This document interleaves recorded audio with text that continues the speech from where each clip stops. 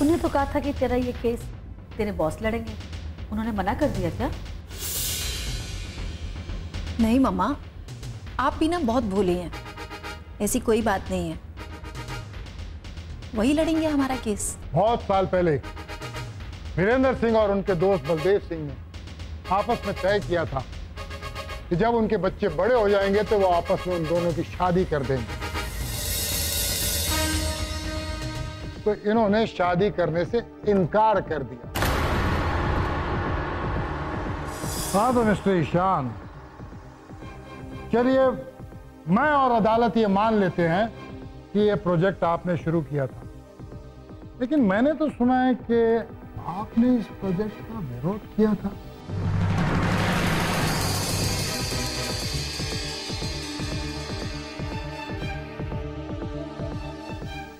क्या था?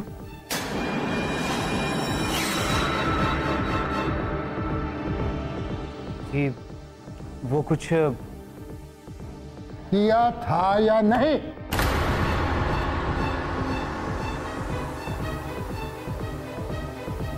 वो इनिशियली मैं इस प्रोजेक्ट के फेवर में नहीं था। मुझे लगा कि ये प्रोजेक्ट घाटे का सौदा हो सकता है, इसलिए मैंने अपने बाबूजी को इस प्रोजेक्ट को ना करने की सलाह दी थी। लेकिन अभी तो आपने कहा था कि आप इस प्रोजेक्ट में शुरू से काम कर रहे हैं। हाँ लेकिन point to be noted your honour.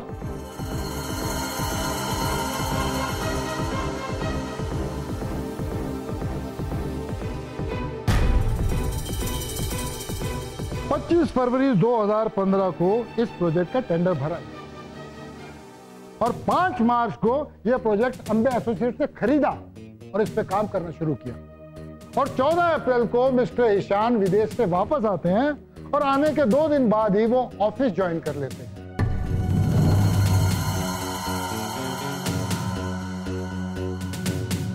और जब उनको इस प्रोजेक्ट के बारे में जानकारी दी गई तो उन्हें लगा कि यह प्रोजेक्ट फायदेमंद नहीं है और उन्होंने इस प्रोजेक्ट के लिए इनकार कर दिया।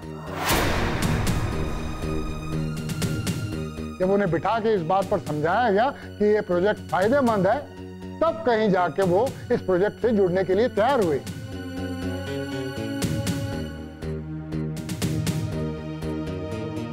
इससे साबित होता है कि इनसे पहले भी कोई शख्स था जो उस प्रोजेक्ट के साथ जुड़ा हुआ था, जो इन्हें अच्छी तरह समझा सकता था कि यह फायदेमंद है।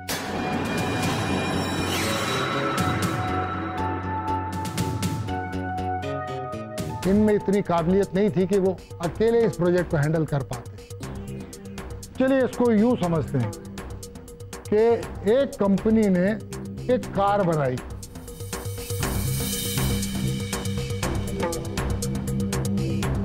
कार बनाते बनाते उन्हें लगा कि हमें किसी काबिल इंजीनियर को हायर करना चाहिए, उसके इनपुट लेने चाहिए। वो इंजीनियर ने आके अपने इनपुट दिए, वो कार बन रही थी, उसके दौरान वो इंजीनियर वो कंपनी को छोड़ के चला गया। क्या वो ये कहेगा कि ये कार मेरी है, या वो कार को साथ लेके चला जाएगा?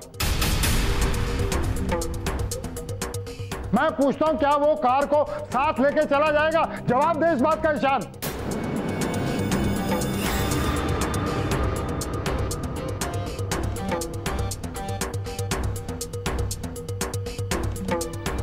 योर ऑनर,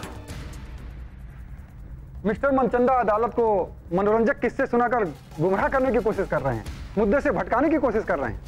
मुद्दे से मैं नहीं भटका रहा योर ऑनर, मुद्दे से मेरे काबिल दोस्त अग्रवाल साहब अदालत को भटका रहे हैं, जो मैं पहले ही इस अदालत में प्रूव कर चुका हूं कि किस तरह इन्होंने मुद्दे में हल्की सी फेर बदल करके पिछली सुनवाई में अदालत को गुमराह किया।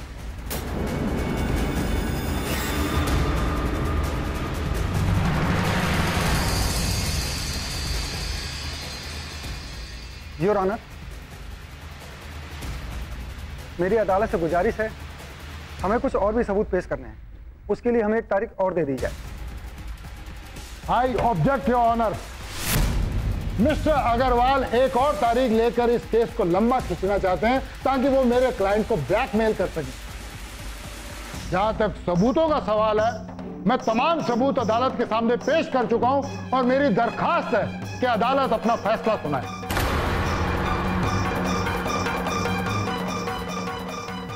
योर ऑनर, जल्दबाजी में कहीं इंसाफ की हत्या न हो जाए। मेरी गुजारिश है अदालत से कि हमें कुछ और समय दिया जाए।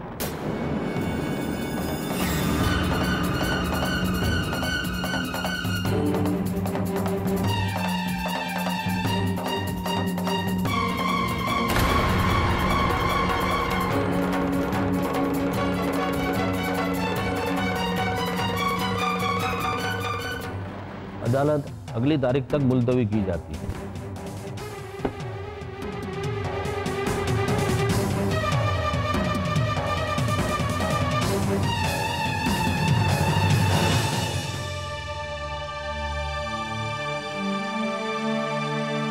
सच कहूं वीरू, आज अदालत में इतने सारे वकीलों के मुंह से आकांक्षा की तारीफ सुनी ना, तो सीना खुशी से चौड़ा हो गया यार। हाँ यार, हमारी अक्कू उन लोगों के लिए एक मिसाल है जो बेटियों को पैदा होने से पहले ही मार देते हैं, या तो उनके पैदा होने पे मायूस हो जाते हैं, और बेटों के पैदा होने पे ढोल ताशे बजाते हैं, खुशियां मनाते हैं। मैं उनसे कहना चाहता हूं कि अगर वो अपनी बेटियों को पढ़ाएंगे लिखाएंगे ना, तो वो भी बड़े होके उनका सहारा बनेंगी, जैसे हमारी अक्कू है। सही कह रहे जी आप।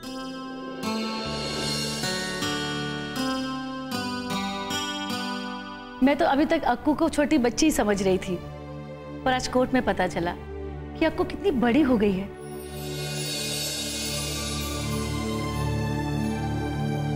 कितनी समझदार हो गई है, इस लायक हो गई है कि इस परिवार का सहारा बन सके। हाँ अक्कू, आज इस केस में जो भी हमारे फेवर में मोड़ आया ना, वो सिर्फ तुम्हारी वजह से। तुमने इस केस पर दिन रात जो मेहनत की है, उसकी वजह से ये केस इतना आसान हो गया है, जो कि कल तक इतना मुश्किल लग रहा था। फौजी, हर बेटी को गर्व होता है जब उसके माँ बाप उसकी कामयाबी से फूले नहीं समाते और उसकी तारीफ करते हैं।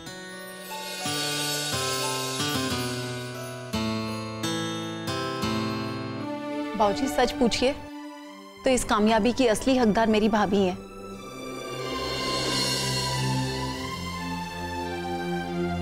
जिन्होंने मुझे प्रेरित किया और मुझ पर भरोसा दिखाया। क्योंकि तुम इसके लायक हो अक्कू। बाबूजी, आपको इस दुनिया का तजुर्बा मुझसे कहीं ज्यादा है।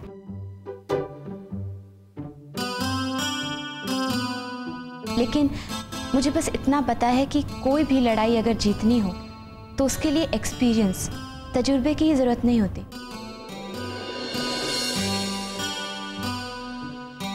बल्कि उस लड़ाई को दिल से, आत्मा से लड़ा जाता है, अपना समझकर लड़ा जाता है जब बात अपनों की लड़ाई की हो। हाँ सिमरन पुत्र, ये तो तू बिल्कुल ठीक कह रही।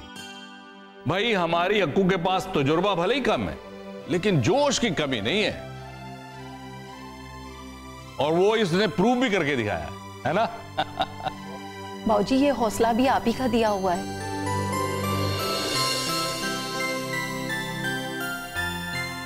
आज हम जो कुछ भी हैं, हमारे पास जो कुछ भी है, सब आप ही का दिया हुआ है। हम लोगों ने अपने कॉलेज की किताबों में इतना नहीं पढ़ा जितना आपको देख देख कर सीखा है। हाँ बाबूजी, आप हमारे सिर्फ माँ बाप ही नहीं हैं, आप हमारे गुरु भी हैं, हमारे मार्गदर्शक भी, जिन्होंने हमें अच्छी परवरिश के साथ साथ सही रास्ता भी दिखाया। पर पुत्र, वो तो सब माँ बाप करते हैं, पर अगर औलाद माँ बाप के आदर्शों को अपना ले तो वो माँ बाप सबसे ज्यादा भाग्यशाली होते हैं।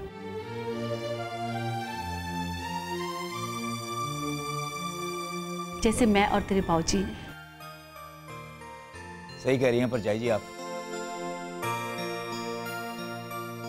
जो औलाद ऐसी होती है ना, भगवान उन्हें कामयाब बनाता है, और ये बात की शान को अच्छी तरह समझनी चाहिए।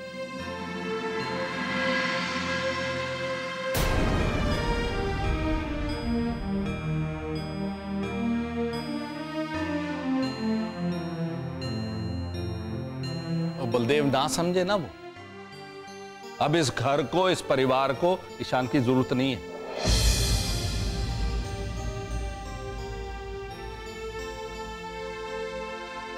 क्योंकि अब भगवान ने अक्कू जैसी हमें एक और बेटी दे दी है, सिमरन।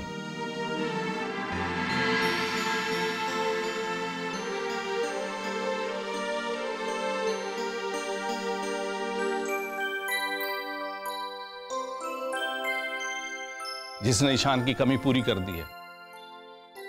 ईशान की जिंदगी में घर की, परिवार की, बहन भाई, मां बाप की कमी हमेशा रहेगी।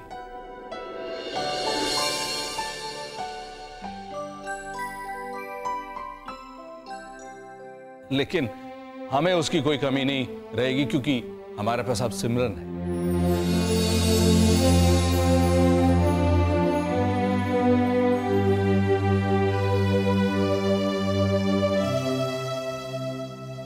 यार वीरू, तेरा दिल बहुत बड़ा है। सिमरन पुत्र, तूने आज अपने बाबूजी का सिर शान से ऊंचा कर दिया है। मेरी परवरिश और मेरे संस्कार को 4 चांद लगा दिए तुमने।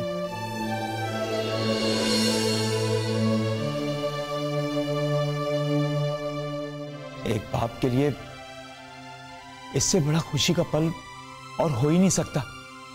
भगवान करे तो इस घर की हमेशा लाडली बनी रहे।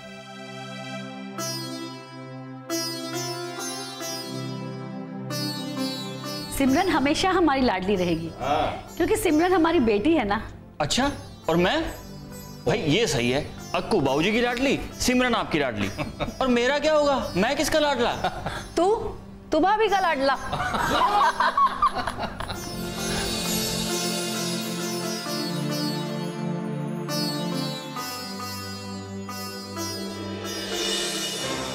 अब क्या मुंह लटकाए बैठी हैं आप? कुछ बोलिएगा भी। मुझे तो लगता है कि मैंने आप पे भरोसा करके बहुत बड़ी गलती कर दी है। जब पैसे चाहिए होते हैं तो मुंह उठा के आ जाती हैं, लेकिन एक काम ढंग से नहीं कर पाती आप। मेकअप करने और खाने खाने से फुर्सत मिले तब ना।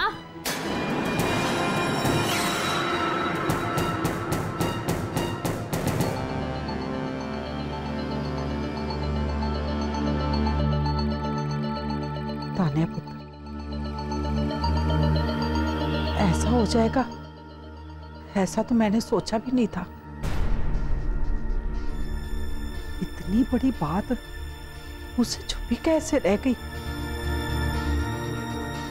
दरअसल मुझे लगता है ना कि ऐसी कोई बात घर में हुई ही नहीं है। ये हो ही नहीं सकता मामी जी, सारी गलती आपकी है।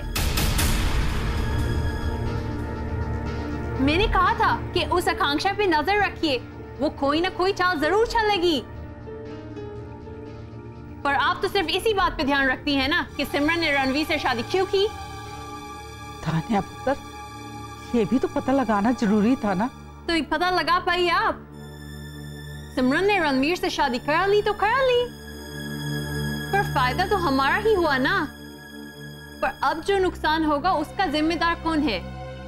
अब पुत्र, फायदा तुम्हारा है तो नुकसान भी तो तुम ही उठाओगी ना।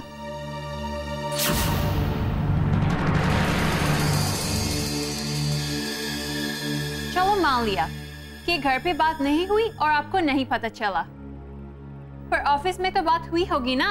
बॉबी क्या कर रहा था वहां पे? पुत्र, बॉबी को भी नहीं पता चला कि उसके फूफा जी ने वकील बदल दिया। अचानक ये सब कुछ हुआ। एक बात सुनिए मामी जी, अगर हम ये केस हार गए ना तो आपको और बॉबी को बिना टिकट बठिंडा भेज दूंगी। अरे पुत्र, शुभ शुभ बोल है। माना कि एक बार मेरे से गलती हो गई है पुत्र, तो बिल्कुल चिंता मत कर है। अब दोबारा मेरे से ऐसी गलती कभी नहीं होगी। ठीक है। ये मनचंदा वही वकील है ना जिसके साथ आकांक्षा काम करती है? सुना है बहुत स्मार्ट है। अब आप मुझे ये पता लगा के बताइए कि ये उन लोगों का केस कैसे लड़ता है। और हाँ, बॉबी से कहिए ऑफिस में लड़कियों की चमचागिरी करने से अच्छा वो कोई काम करे।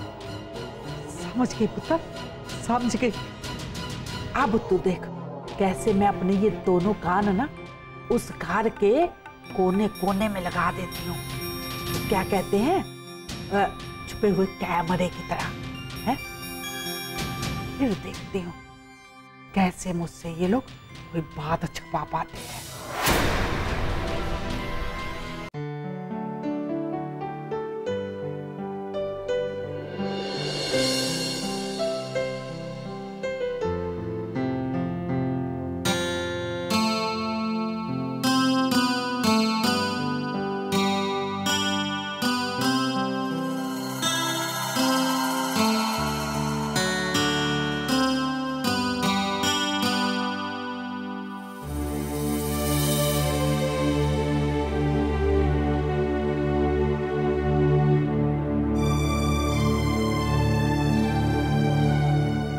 मम्मा, मम्मा,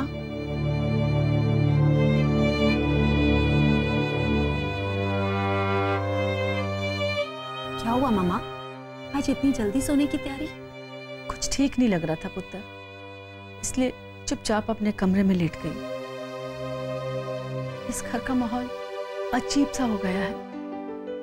जिसे देखो केस की बातें, कोर्ट के चर्चे, वकीलों के किस्से, बस सारी बातें बस इसी एक मुद्दे पर रह गई हैं।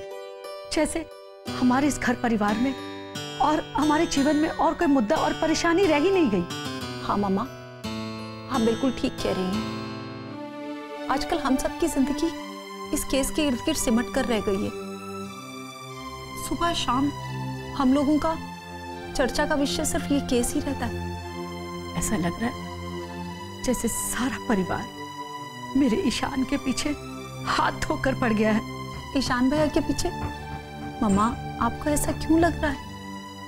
क्यों नहीं लगेगा अक्कू? तेरे बाबूजी, बलदेव भाई साहब, रणबीर और यहाँ तक कि तू भी रोज कोई ना कोई नए पैतरे ढूंढते हो ईशान के खिलाफ। हर कोई इस कोशिश में लगा है कि कैसे ईशान को सबक सिखाया जाए। अक्कू पुत्र, मैं उसकी माँ हूं। सारे परिवार को उसके खिलाफ खड़ा हुए देखकर मेरे दिल पर क्या गुजरती है, जरा सोच।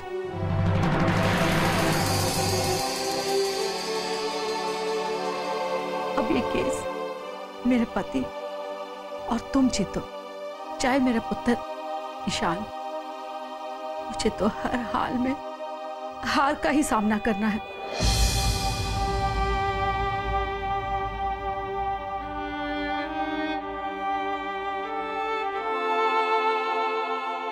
मम्मा, आप एकदम नेगेटिव सोच रही हैं। थोड़ा सा पॉजिटिव सोच के देखिए, तो सारी पिक्चर क्लियर हो जाएगी। वो कैसे पुत्र? मम्मा, ईशान भैया दिल के बुरे नहीं है। वो तान्या है ना, उनको गुमराह करने की कोशिश कर रही है और काफी हद तक सफल भी है। और फिर अब तो उसने हमारे दुश्मन टोनी को भी अपने साथ मिला लिया है। ईशान भैया को तो सिर्फ मोरा बना के हमारे सामने खड़ा करके वो अपना पर्पस सॉल्व करने की कोशिश कर रहे हैं। अब आप ही बताइए मम्मा, ऐसे में ईशान भैया की हार किसकी हार है? ईशान भैया की, तान्या की या फिर टोनी की? हमें ये केस और इस तरह की छोटी छोटी लड़ाइयों को जीतकर ईशान भैया की आंखों पे पड़े हुए पर्दे को हटाना होगा।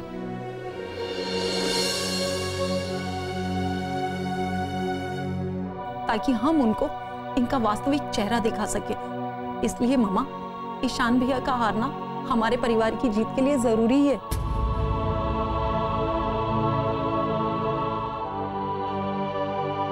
तो ठीक कह रही है पुत्र, इस तरह से तो मैंने सोचा ही नहीं था। मुझे लग रहा है अब सब ठीक हो जाएगा। ठीक लगेगा ही मम्मा। आप ही बताइए, ईशान भैया को नीचा दिखाकर कौन खुश है? मैं, रणबीर या फिर बाबूजी? आप जानती है ना, बाबूजी ईशान भैया से कितना प्यार करते हैं। किस तरह तड़प कर भागे भागे गए थे वो ईशान भैया के ऑफिस में जब उन्हें यह पता चला था कि टोनी उनके साथ।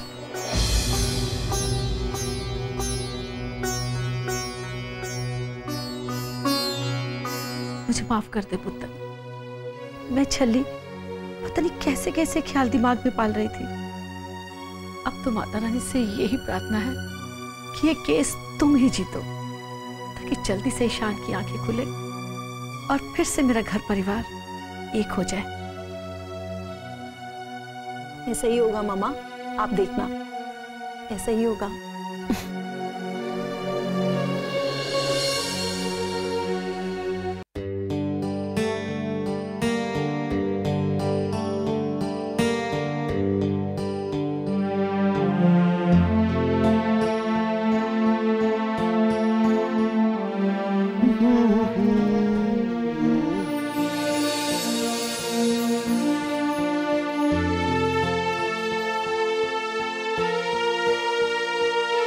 क्या बात है रणबीर, आज आपके चेहरे पर ऐसी मुस्कुराहट देख रही हूँ जो पिछले दिनों कहीं खो सी गई थी। जानता हूँ, और इसकी वजह है आप। मैं?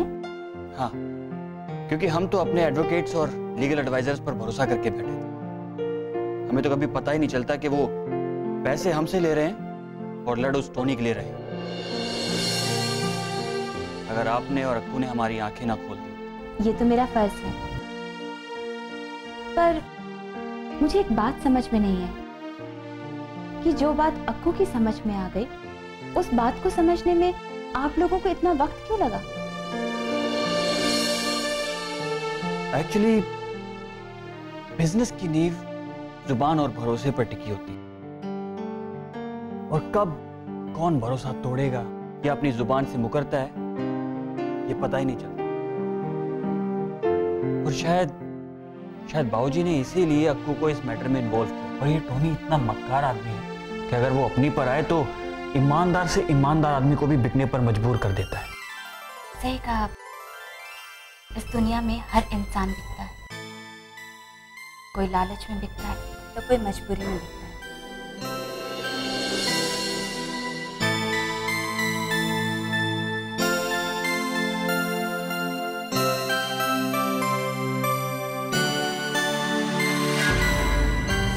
अगर तुम्हें ईशान से इतना ही प्यार था तो क्यों की शादी रणवीर से?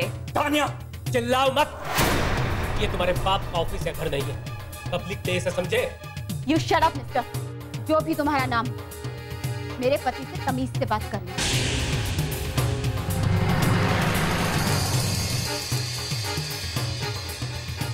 क्योंकि अगर मैं बदतमीजी पर आई ना, तो तुम अपने ऑफिस और घर दोनों का पता भूल जाओगे।